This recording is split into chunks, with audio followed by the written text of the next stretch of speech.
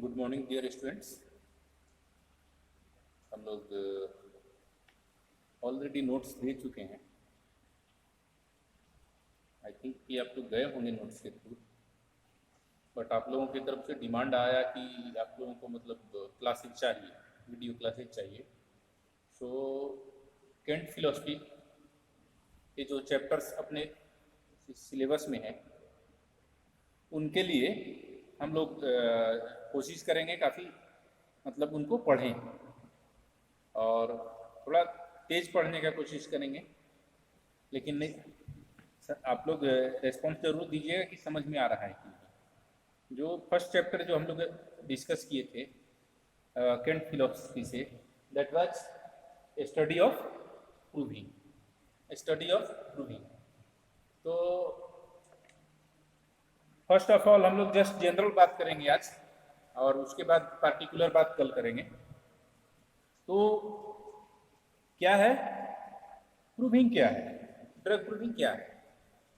Obviously सब जानते हैं कि मेडिसिन्स को हेल्दी ह्यूमन बीइंग को जब दिया जाता है, different age, different sex, different constitutions के ह्यूमन बीइंग को, तो उसके चलते जो हेल्दी ह्यूमन बीइंग्स में सिम्टम्स आता है उसको हम लोग नोट करते हैं और इसी को हम लोग बोलते हैं ड्रग प्रूविंग। ठीक है, ड्रग प्रूविंग के बारे में फर्स्ट आइडिया मास्टर हैनीमैन को आया था। ऑर्गेनॉन ऑफ मेडिसिन में ड्रग प्रूविंग के बारे में कहाँ कहाँ बात किया गया है। तो आई थिंक हमको सबसे पहले एफोरिज्म 3 में जब बोल रहे हैं master Hahnemann quality of physician के बारे में, जो एफोरिज्म 3 में बात करते हैं, एफोरिज्म 3 में, तो यहाँ पे क्या बोलते हैं?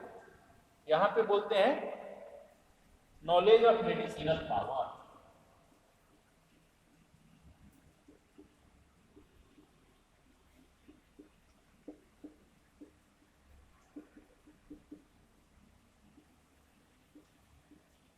Obviously knowledge of medicinal power का मतलब knowledge of the pathogenetic power of the medicine. क्या क्या पैथोजेनेटिक पावर डेवलप कर सकते हैं ह्यूमन बीइंग में, हेल्दी ह्यूमन बीइंग में, ठीक है, वो हेल्थ पर क्या इंपैक्ट डाल सकते हैं। तो ये जो बात हो रहा है में, ऑब्वियसली ये इंडिकेट कर रहा है ड्रग प्रूविंग की तरफ। तो first of all Organon of medicine में एफोरिज्म 3 में ड्रग प्रूविंग के बारे में हम लोगों को इंडिकेशन मिल रहा है। उसके बाद एफोरिज्म 19 टू एफोरिज्म 21 में हम लोग जाते हैं तो वहां पे पूछा जा रहा है कि आखिर हम मेडिसिन का पावर कैसे समझेंगे, कैसे जानेंगे। ठीक है, तो लास्ट में जाके एफोरिज्म 21 में मास्टर हैनीमैन ने कहा कि हम लोग मेडिसिन का हेल्दी ह्यूमन बीइंग्स पे ड्रग प्रूविंग करेंगे तभी जान सकेंगे, और कोई रास्ता नहीं है, और कोई रास्ता नहीं है। तो ये तो आउटलाइन हो गया, इसके बाद अगर हम लोग ऑर्गेनॉन ऑफ मेडिसिन में आते हैं, जो बेसिक पार्ट है ड्रग प्रूविंग का, वो तो हम लोग मोटा पढ़े हुए हैं, मेरे को पढ़ाया जा चुका होगा, सर पढ़ा दिए होंगे आप लोगों को, तो वहां पे मैं विशेष फोकस करने नहीं जा रहा हूँ। ठीक है, हम थोड़ा सा मतलब साइड इश्यूज को डिस्कस करेंगे पहले, क्योंकि आप लोगों को आगे अदर एग्जाम्स नहीं देना है, और अदर एग्जाम्स के लिए अदर जगह जाके पढ़ने की जरूरत नहीं, यही चीज़ें पढ़नी है जो हम लोग पढ़ा रहे हैं और यही बुक्स को पढ़ना है। यहीं से मोस्ट ऑफ द क्वेश्चंस आपके सिलेबस के जो बुक्स हैं, Organon of medicine, lectures on homoeopathic philosophy by JT Kent, Stuart Close का जीनियस ऑफ होम्योपैथी, रॉबर्ट्स का जो फिलोसफी का बुक है principles of art and cure by homoeopathy, और जो आपको यूजेज के फिलोसफी है आप लोगों के सिलेबस में, और आप लोगों को chronic diseases, their peculiar nature and their homoeopathic cure, और आपको JHLN का जो क्रोनिक मैज है, यही सारे बुक्स है ऑर्गेनॉन ऑफ मेडिसिन के क्वेश्चंस आप लोगों को पूछे जाते रहेंगे। इससे बाहर क्वेश्चन रेयरली जाता है, इससे बाहर क्वेश्चन जो है आप लोगों का एग्जाम में रेयरली जाता है, नहीं होता है। इवन कॉम्पिटिटिव एग्जाम्स में भी इन्हीं बुकों में मैक्सिमम क्वेश्चन रहता है, इन्हीं बुकों से, इससे बाहर से नहीं आता है। सो हम लोगों को इससे बाहर पढ़ने की जरूरत नहीं है। जो थोड़ा बहुत बाहर का चीज है पूछा जा सकता है उसके बारे में आज हम लोग थोड़ा सा डिस्कस करेंगे। उसके बाद फिर हम लोग नेक्स्ट क्लास में जो बुक में प्रॉपर चैप्टर है स्टडी ऑफ प्रूविंग, उसके बारे में हम लोग डिस्कस करेंगे। तो ड्रग प्रूविंग क्या है, सबको पता है। Drug proving healthy human being को जब हम लोग मेडिसिन देते हैं और उस मेडिसिन से उसके हेल्थ में क्या चेंज आता है, क्या क्या सिम्टम्स आ रही हैं, उसको जो हम लोग नोट करते हैं, that is drug proving. Healthy human being of different age, different sex and different constitution. ठीक है। ड्रग प्रूविंग कैसे करते हैं? ड्रग प्रूविंग सबसे पहले किसने किया था? हम सबको पता है कि drug proving first of all master Hahnemann ने किया था हम लोगों के लिए, होम्योपैथिक मेडिसिन के लिए। इसका पहला जिक्र कब आया था? ऑब्वियसली से जो बर्थ ऑफ होम्योपैथी हुआ था, कैसे हुआ था? जो चाइना मदर टिंचर हैनीमैन ने लिया था और उसके बाद जो उनको सिम्टम्स आए थे, that was the accidental proving, first proving. But वही फर्स्ट प्रूविंग ऑफिशियल था और वहां से उन्होंने बार बार उसको कंफर्म किया डिफरेंट मेडिसिन में, और इस चीज को उन्होंने 1796 में पब्लिश किया हुफलैंड जर्नल में। 1796 में हुफलैंड जर्नल में एक आर्टिकल के रूप में, जिसका नाम था an essay on new principle for ascertaining the curative power of the medicine। एक नया मतलब उनको सिद्धांत मिला, उस चीज को लिखे वो कि हम एक नया सिद्धांत खोजें कि जो मेडिसिन का क्यूरेटिव पावर है उसको हम लोग कैसे समझें। इसके लिए 1796 में उनको मतलब आइडिया आया और उसको उन्होंने पब्लिक से, मेडिकल फ्रेटर्निटी से हुफलैंड जर्नल में शेयर किया था। ठीक है, यहां तक कोई कंफ्यूजन नहीं है, क्लियर है? उसके बाद हैनीमैन ने सिस्टेमेटिक ड्रग प्रूविंग शुरू किया और फिर उन्होंने अपना बुक्स लिखा। ये फर्स्ट पार्ट हो गया। सेकंड पार्ट क्या है? क्वेश्चंस के बारे में हम लोग बोल रहे हैं। डिफरेंट क्वेश्चंस पूछे जाते रहे, ठीक है। जैसे ड्रग प्रूविंग जो पहले हुआ था वो बात अभी भी होता है क्या? होता है। आप लोग फाइनल ईयर में है तो आप लोगों को पीएसएम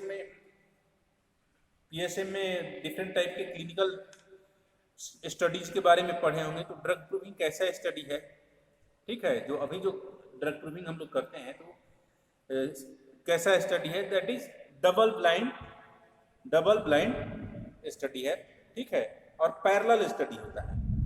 डबल ब्लाइंड का मतलब क्या होता है? इसमें जो रिसर्चर है और जो पेशेंट है वो दोनों ब्लाइंड है, दोनों को पता नहीं है। डबल ब्लाइंड स्टडी में क्या होता है कि आपको दो सैंपल ऑफ मेडिसिन रहेगा। मान लीजिए मेडिसिन ए और मेडिसिन बी, दो पुड़िया रहेगा ए और बी, ठीक है। ये दो कंपेरेबल ग्रुप्स को दिया जाएगा। कंपेरेबल ग्रुप्स का मतलब जिसका सारा कैरेक्टर मिलता जुलता हो, मैचिंग कराने के बाद, ठीक है, और दिया जाएगा। और इसमें जो रिसर्चर है, मान लीजिए मैं रिसर्चर हूँ और आप लोग क्या है, वॉलंटियर है, कैंडिडेट है, ठीक है, प्रूवर है, तो आप लोगों को मैं ए और बी पुड़िया दे रहा हूँ। मुझे भी पता नहीं है कि ये दवा है या ये दवा है। इसमें एक दवा रहेगा और एक प्लेसिबो रहेगा, ठीक है, और मुझे भी पता नहीं है कि कौन वाला दवा है और आपको भी पता नहीं है कि कौन वाला दवा है। मुझको भी पता नहीं है और आपको भी पता नहीं है। आप इसको मेडिसिन की तरह लेके खाइएगा और जो जो सिम्टम्स है उसको नोट कीजिएगा। कहाँ नोट कीजिएगा? उस जिस बुक में हम लोग सिम्टम्स को नोट करते हैं उसको प्रूवर डायरी को हम लोग क्या बोलते हैं? डे बुक, ठीक है। और जो मेडिसिन दिया जाता है उसको क्या बोला जाता है? वेरम। प्रूविंग के लिए जो मेडिसिन दिया जाता है वो वेरम दिया जाता है, ठीक है। तो आपको भी पता नहीं है, हमको भी पता नहीं है, आप खाए जा रहे हैं, आप सिम्टम्स नोट किए जा रहे हैं। अब जब ड्रग प्रूविंग पूरा हो गया, सारा जब सिम्टम्स आने बंद हो गए, तो क्या किया जाएगा? ये डायरीज जो है, डे बुक है, वो ले लिया जाएगा, कलेक्ट कर लिया जाएगा। और उसके बाद जो मास्टर प्रूवर यहाँ बैठा हुआ है, मास्टर प्रूवर, ठीक है, उनको पता है, उन्होंने दिया है, उनको पता है कि ए वाला मेडिसिन है या बी वाला मेडिसिन है,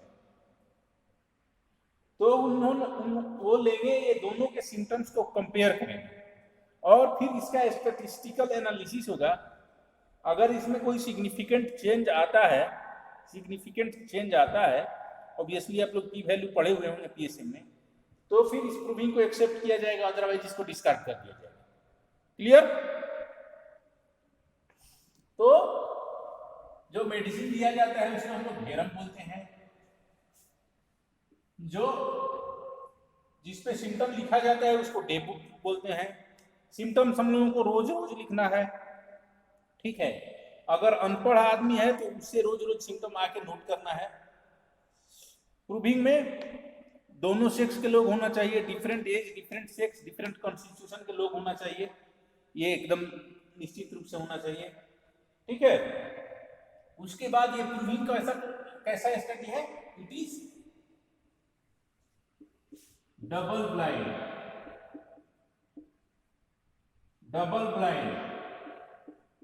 और क्या है, पैरेलल स्टडी है। तो जो हम लोग होम्योपैथिक ड्रग प्रूविंग करते हैं ये डबल ब्लाइंड स्टडी है और ये पैरेलल स्टडी है। पैरेलल स्टडी का मतलब क्या होता है, इस स्टडी में दो आर्म है, दोनों आर्म कंपेरेबल है, ए और बी।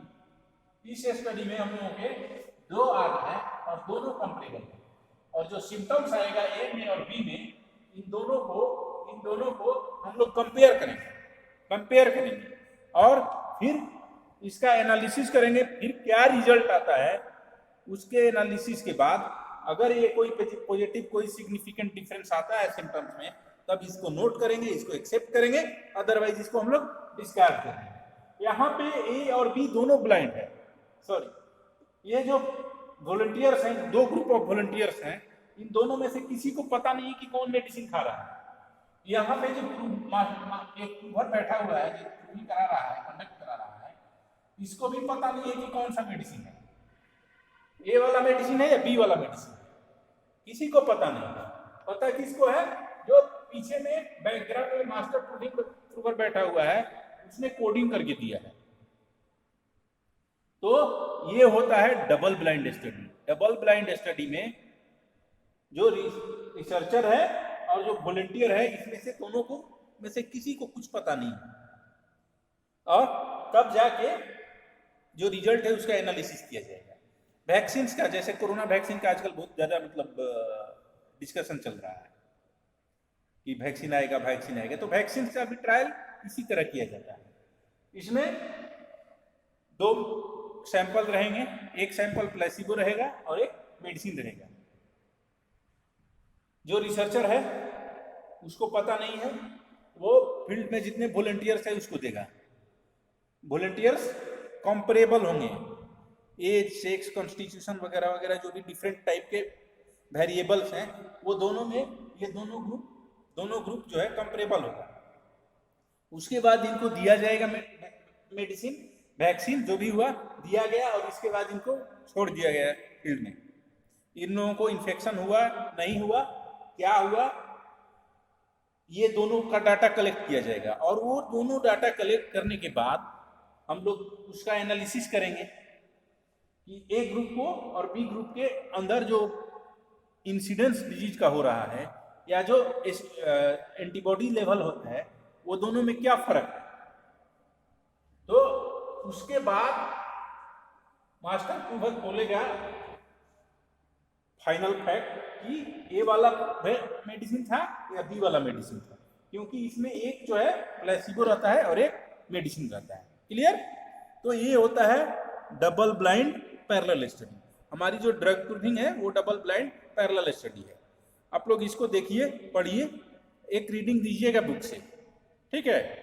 और जो हमने नोट सप्लाई किया था उसको भी एक बार रीडिंग देने का, उसके थ्रू भी एक बार जाने की कोशिश कीजिएगा। नेक्स्ट क्लास में हम लोग फर्दर इलेबोरेट करेंगे इसको। आई होप कि ये सारी बातें आपको ध्यान में आया होगा, आपको पता चला होगा। आप लोग इसको देखिए, पढ़िए, समझिए, सीखिए। कोई कंफ्यूजन हो, कोई क्वेश्चन हो तो पूछिए। Thank you.